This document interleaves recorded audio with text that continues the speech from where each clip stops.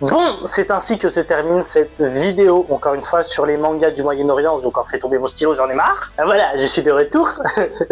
Mais je trouvais ça encore une fois important de mettre en avant la culture du Moyen-Orient, la culture orientale, parce que c'est encore hyper sous-représenté dans les mangas. Je peux comprendre que c'est une culture qui n'a rien à voir avec le Japon.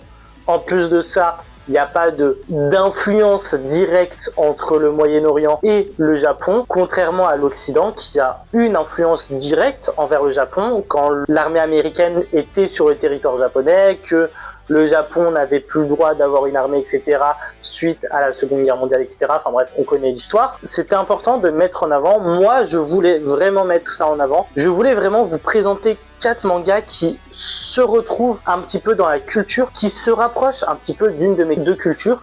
Parce que, encore une fois, je suis dans ce truc où je suis bloqué entre 2 cultures, entre la culture occidentale française, parce que je grandis ici, et la culture maghrébine qui se rapproche énormément de la culture du Moyen-Orient parce que mes parents viennent tous deux d'Algérie. Par cette identité-là, oui, je me devais un petit peu de vous parler de mangas du Moyen-Orient. C'est quelque chose qui me tient à cœur, c'est quelque chose qui fait partie de mon identité et c'est des mangas qui me plaisent. C'est des histoires qui me plaisent et pouvoir les découvrir à travers ma passion, je me dis pourquoi ne pas vous le partager avec vous. Bon, c'était un petit peu le côté un petit peu émotif de la vidéo, mais franchement, allez-y, je vous ai présenté que des pépites. En plus de ça, c'est tous des mangas plus ou moins courts. Y a juste Maggie qui fait plus de 42 tomes, mais sinon, t'as un one-shot, t'as un manga qui se finit en 11 tomes, ou 13, je sais plus. T'en as un autre qui se finit en moins de 20 tomes. C'est plutôt correct, en vrai. À part Maggie qui fait plus de 40 tomes, mais ça, c'est encore autre chose.